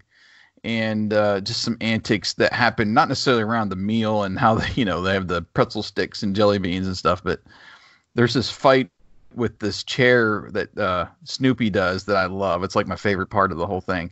That the Charlie Brown specials are usually what starts the season for me. So with Halloween, we'll watch Great Pumpkin. With Thanksgiving, we'll watch that one. We'll watch the Christmas one. Those are usually the first specials that I break out for each season. So we've already watched that one twice. Well, there's two more thoughts. I mentioned on our Halloween thing when Tony and I were together, talked about the Tom and Jerry's TBS Funhouse Halloween special. Well, they done a Thanksgiving special too. It was the same deal. The two kids telling jokes and doing little intro and outro bumpers. And then the cartoon selection was Thanksgiving centric, I guess. I don't remember. The only cartoon segment I actually remember it was the Bugs Bunny Little Hiawatha cartoon, which today probably wouldn't make the air. Yeah. But it was the lead-off cartoon in that special then. And I remember TNT, and this had to be maybe 89 because it launched in 88. So maybe 89 on Thanksgiving. They done this TNT cartoon parade. Instead of watching the regular parade, tune in to TNT for the cartoon parade. And it was 6 straight hours of Looney Tunes, Merry Melodies, Droopy, all that stuff. Just all those shorts, just one right after the other. And I watched it from beginning to end that day. I was up at 6 a.m. that morning to start watching the cartoon parade on TNT. And I only remember them doing it that one time, so it must not have got the ratings they wanted. But that was a fantastic idea for that point in time. You have to dig out, see if there's any bumpers or something on YouTube. Well, for that. I'll look and see if there's any commercials, because if I remember right, there would be no bumpers because I don't believe they aired commercials during it. There were commercials. Really? There were commercials advertising that it was coming. But I think I think it was just 6 straight continuous hours of cartoons. Wow. So, and that may be why it sticks out so much in my mind. Well, now that you mention it, I think there was a special called Bugs Bunny's Thanksgiving Diet. And it was Bugs Bunny. There was like segments put together in between like relevant episodes or shorts for like food or Thanksgiving or something. And I remember him like being in the doctor's office, and I can't remember. It's been a while, but they made like special segments in between the, showing clips from another, several episodes to make one big special. And that had to have been, I think that was probably early 80s, somewhere around in there. But yeah, Bugs Bunny's Thanksgiving Diet. I'll have to look that up. Maybe we'll do a deep dive on that.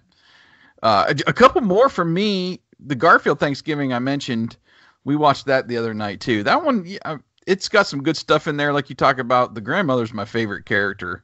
in that, and of course the Christmas special too. She's just so much fun. But Charlie Brown, did you ever watch the Mayflower Voyage or the Mayflower Voyagers? I tried. We used to show that. Our school used to show that around Thanksgiving time, and yeah, it's not exactly the Thanksgiving special, and I do like that one a lot better. But it's basically, just the whole history and the Mayflower Voyage and the first Thanksgiving and all that, and you plug in the Peanuts characters as they're on the Mayflower.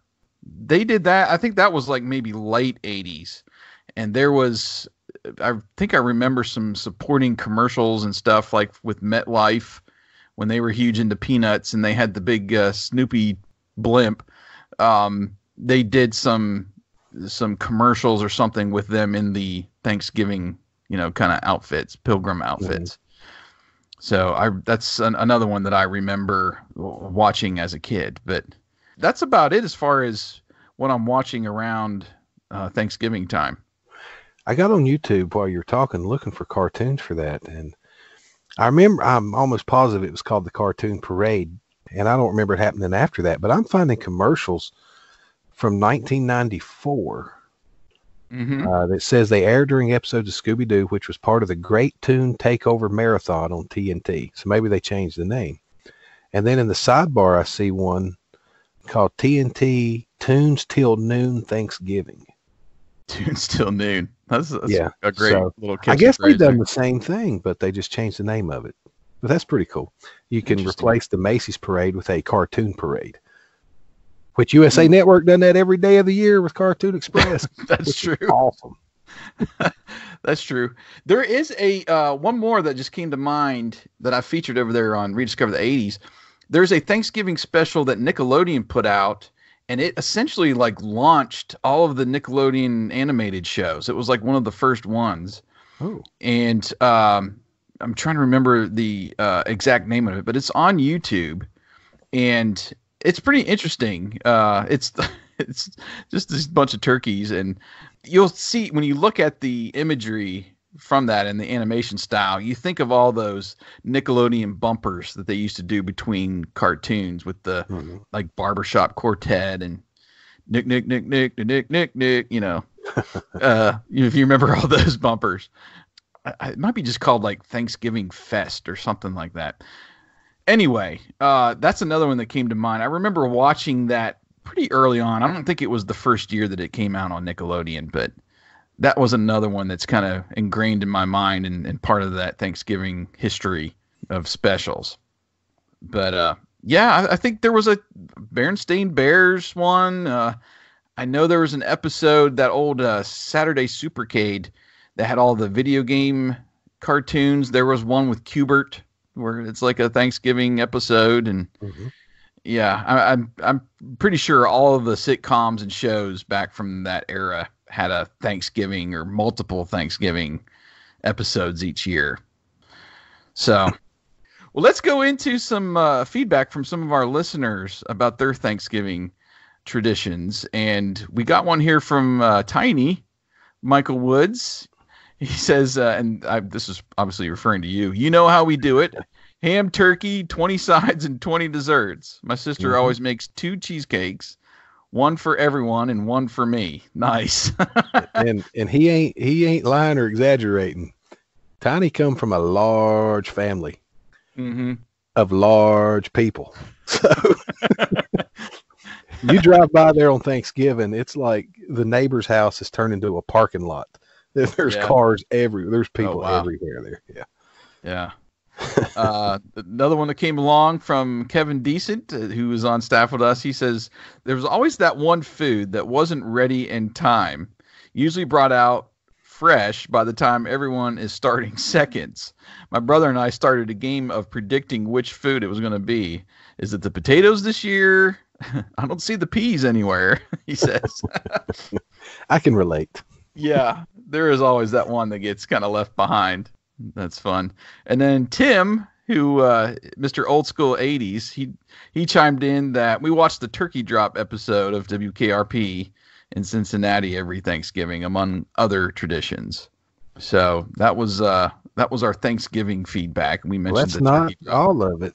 We got one more come through on Facebook from Rusty Van Hoy.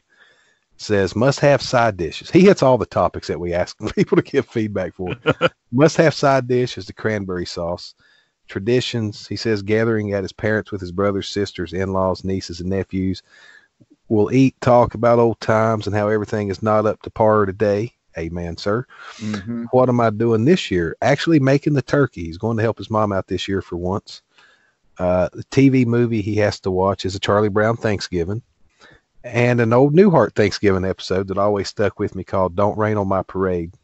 It's from season 2, episode 6. That is one of their 2 Thanksgiving episodes. They're both funny. That one's really good. George kind of takes center stage in that one a little bit. It's really funny. All right, well, we're going to come back and wrap things up and give you some more shout-outs and feedback that we got this week on stuff posted, some of the other podcasts and everything. So I love these comments and feedback, Mick, that people have been leaving. Keep doing that, guys, because we love hearing back from you, and it actually might lead into a little something extra here we're talking about. So anyway, come back for the wrap-up, and we'll see you in just a minute. Calling all tunes! Calling all tunes! Prepare for the great tune takeover. For the good of all humans, on November 25th, we Tune shall seize control of TBS, TNT, and the Cartoon Network for the whole day. It's an entire day of adventure with your favorite dog detective, Scooby-Doo. Right here on TNT. Make your preparations. Await your instructions. Do not be afraid. The day after Thanksgiving on TNT. America's homecoming week continues with Bugs Bunny's hot tips for a perfect Thanksgiving. First, find the perfect bird, and above all, stay calm. It's Bugs Bunny's Thanksgiving diet next. All right, we are back to wrap things up. And Mick, you actually had a special thing you wanted to pass along to the listeners this week. I did. We joke a lot on here about minifiguresmarket.com, where I sell minifigures for all properties and such.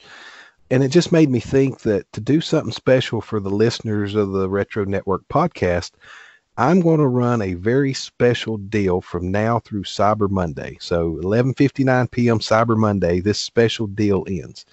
So you can go to minifiguresmarket.com, and that'll take you to the eBay store. For every figure you buy, I'm going to give you an extra one for free. I'm going to completely double your order from now through Cyber Monday. But it's not, if you order a He-Man, it's not that I'm going to give you 2 He-Mans. The extras are all going to be random selections from all different pop culture genres and such. But you can double your order from now through Cyber Monday. If you order 10 figures, you're going to get 20. If you order 1, you're going to get 2. But the key is, because eBay is very hard to deal with on coupon codes and whatnot, so this is what I came up with. When you place your order, it always brings up the box to leave note for the seller. Put in the box that you listen to the Retro Network podcast, and you will get double however many number of figures you order from now till then. That's awesome, man. Cool. As part of these freebies, I actually purposely stocked up on a lot of Christmas-themed figures, and those will be going out as a lot of those extra figures too. So perfect for the season. Do you have Christmas Vacation figures? Not yet. You need to get them. I know. That's why I said yet. Because if you do, I will be over there in a heartbeat. I do have the best looking Grinch minifigure you'll ever see. I've got Santa Claus. I've got snowmen. I've got Christmas versions of Batman, Captain America, all your favorite comic book characters. Oh, nice. Yeah, so there are a ton of Christmas-themed figures, and I'm going to try to put at least one Christmas-themed figure in every doubled order. So cool. Okay, well, Cyber Monday is December the 2nd, just for everybody who's listening. So get your order in before then and mention the podcast and double it up, man. That's awesome. Mm-hmm. Cool. Yep. All right, so what do we got coming up this week on the Retro Network, or what people might have missed? Well, we have got a lot going on this week. Let's start with the retronetwork.com proper, shall we? Okay. As you're hearing this, my new Retro Ramblings column dropped yesterday, and we done a lot of talk about McDonald's and such last week, and I had one more nugget I wanted to throw in before we moved on temporarily, and that's Most people have never heard of the time McDonald's tried to sell McPasta. And so I cover my experiences with that. I was actually in the test market. It never went national. It never made it out of the test market stage. Really? Yeah, but I was in the test market, so I'll tell you my tales of that. Plus, this is the biggest Retro Ramblings column I've done yet. I had so much to cram into it this week. It's crazy. I also got back, besides the Retro Ramblings column writing thing, I actually put a feature together that I think some people are going to enjoy called A Brief History of Battle Beast. You remember Battle Beast? The little Transformers subline thing? I'm going through all of that. I think the biggest thing we're going to have on the site this week, and I've read it, I couldn't wait. Of course, I have to edit this stuff, so I read it anyway. But Jeff is back, and he's put together a big feature called Roller Jam, Pro Wrestling on Wheels. And it is glorious reliving. Now, this is not Roller Games. That was a little before his time. This is Roller Jam from the late 90s. But it was like Roller Games, and I watched it then, too. And this is fantastic. He does a really good job telling the history. It's a long read. But it's well worth the time it's going to take to get through it. Awesome. Over on our Patreon page, as you're listening to this, yesterday we dropped another free-for-all public post called The High-Tech History of Hypercolor Clothing. So people can go check that out for free. You do not have to be a patron to enjoy that. There's other things there you would have to be a patron for. One of those things coming up middle of the week, penny racers, the most fun you can have for a penny. After you brought those up last week, I put something together for that, and a very special scan I put together, a mask comic book and catalog from 1986 going up on there for people to enjoy. Oh gosh, what else we got? Oh, YouTube channel. Man, we got a lot going on these days, don't we? We do, man. Last week, Wax Pack Flashback series that I'm doing debuted, and we're going to go through some feedback from that here in a minute. It was nice to see some people leaving comments on that. But the second episode drops Wednesday, where from 1992 Skybox, I'm doing Doomsday, the Death of Superman trading cards. Going to open a pack of those. This ain't the first time for me. That was one of my favorite sets of cards in the 90s, so I wanted to open a pack of those. And also, you put together a pretty swank little video for this week that I'll let you tell people about. I did, just thinking about Thanksgiving and the parade and some of the floats, the awesome floats that we had back in the day. Most of them from the 80s that are kind of held in high regard now. I put together the top floats from 1980s Macy's Thanksgiving parades. And in there, you're going to see that wonderful Marvel float from, I think, 1989. There is the Masters of the Universe float. That was, I think, 86 or 87.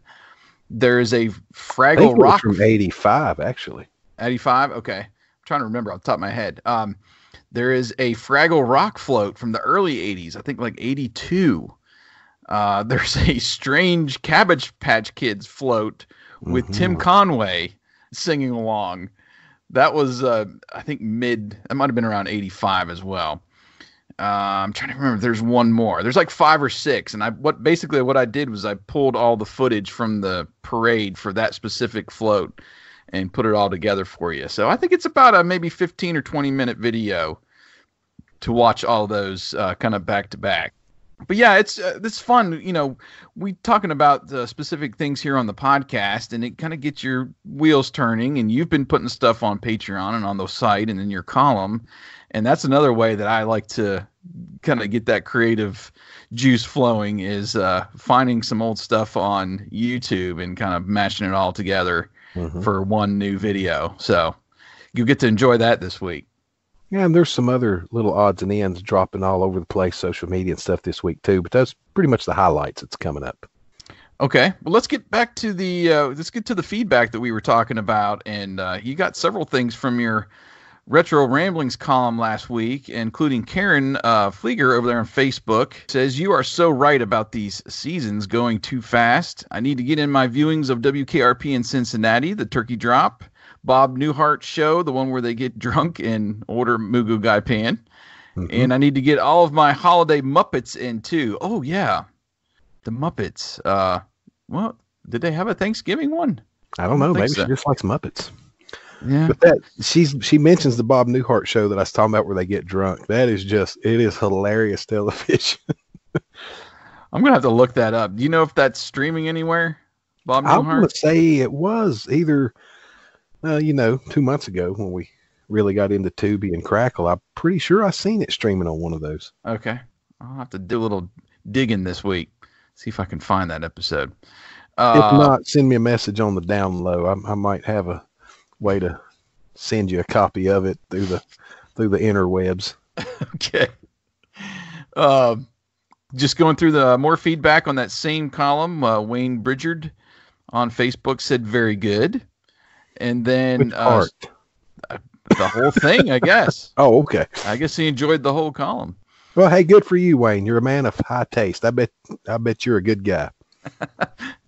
And then Shannon Tolbert says, your retro toy posts have been good reads too. They really take me back to when I was a kid. You need to do one about the different cereal box toys through the years. Now, there's an idea. Mm-hmm. Because there's some great little prizes in those cereal boxes back in the day. There were also a bunch of crappy ones in them boxes back. There was some crappy ones too, yes. We'll have to do a little something to follow up on that. We'll earmark that, Shannon. On the Outtakes #1 podcast we released in the feed, Karen also said, this was fun. I like Mickey's last story about the wagon train. The local stories are the most fascinating to me. Well, wagon train was an interesting thing in and of itself, so it makes for a good story. Yeah, and that's what we'd like to do. We like to give those personal stories, add our little, personal touch to each topic that we do on the podcast. And then you got lots of feedback on your Waxback Flashback here. Tony over there on YouTube, Tony Retro Days, a nice little pack there, but wow, could they have Scarlet in any more uncomfortable a pose? They should have included a dialogue balloon that read, "Look at my butt." He's not incorrect. That was a weird pose for that. Yeah, I'm making a note to circle back and watch that now. Gerospace, who he likes to comment a lot on what I do over on Rediscover the 80s. And he said, did anybody else expect a PSA card at the end? Because knowing is half the battle. That would be fun if they had little cards that had all the PSAs, Don't sniff glue. You know. Don't stick the fork in the toaster. Yeah. This is a mouth thermometer.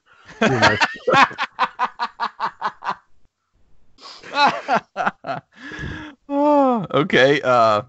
You had a nice little exchange with Mike Stewart. It sounds like you're in the same area. Yeah, he's relatively close, it looks like. That's cool. And then Tim at Old School 80 said, this was such a fun segment. Can't wait to see more and hopefully some 80s packs. And he also said he enjoyed our Happy Meal tribute video. Yeah, I responded to him too. There's some 80s packs coming on that video series. I was starting off with a couple, I don't want to say themed for the time of year, but the 80s are coming. And I just got in. I told you about some that I'd ordered. They came in yesterday. Got lots of good 80s cards and even some 70s cards coming. So, yeah. So did you have any other feedback you want to add? Well, I'm not so sure it was feedback or not, but Jeff sent me a message on Twitter this morning with a picture. Did you see this? I'm not sure if I did. He went to Pizza Hut and he said they're not even using cast iron pans for the pan pizza anymore. And it tastes different. And he sent me a picture of this silver flimsy metal pan they brought their pan pizza out in. Oh, really? Really? What is going on, people? I've put it in my, I hope you don't mind me using this photo. I didn't ask first, but I put it in Retro Ramblings this week. Yeah, that I don't know what they're doing over there at Pizza Hut these days. But I tell you, I just learned this week that about a 45-minute drive from where I'm at, there is a Pizza Hut for sale. Well, it's not pizza, it's the building is for sale. They went out of business a couple months ago. I'm thinking, oh, yeah, man. If you bought the building and made it the Pizza Hut we wanted, obviously I wouldn't pay a franchise fee to a company like that, but you could pretty well replicate what we come up with growing up. We could call it Hut Pizza. It would be Star Wars themed.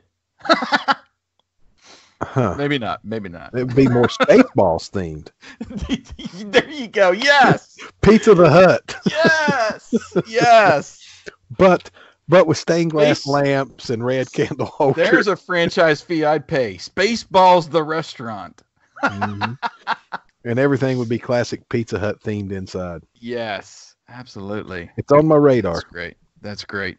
So if you've not signed up for Patreon yet, and you want to help us make that dream come true, there you go. Yeah. Maybe a Kickstarter. We do a Kickstarter. Mm-hmm. I mentioned that before.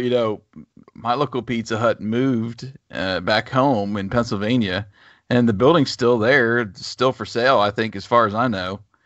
I'd love to just go in and see what I could find and turn it into the Pizza Hut we remember, but I think you're right. I don't think they'd go for it as a franchise, but no.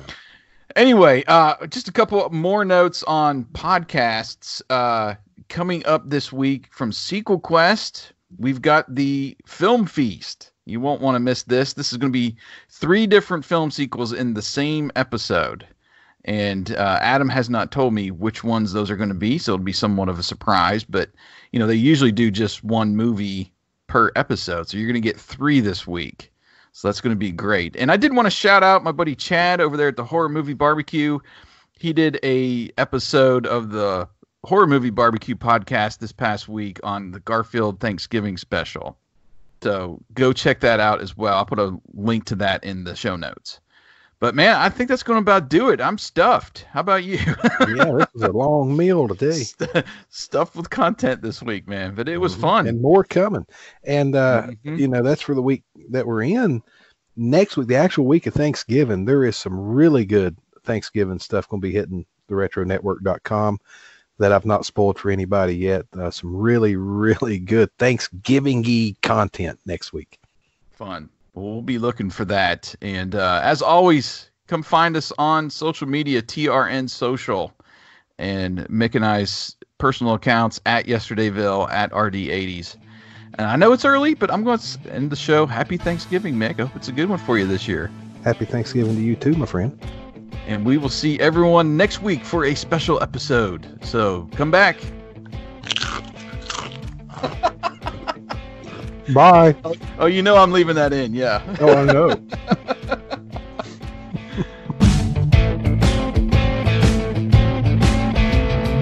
Thanks for listening to the Retro Network Podcast channel. Make sure you listen to all of the great podcasts we have to offer right here in this feed. If you enjoy our channel, please give us a 5-star rating in your favorite podcast app. Connect with us on social media by following TRN Social. And visit the retronetwork.com website for your daily retro fix. Come back next week for another episode of the Retro Network Podcast.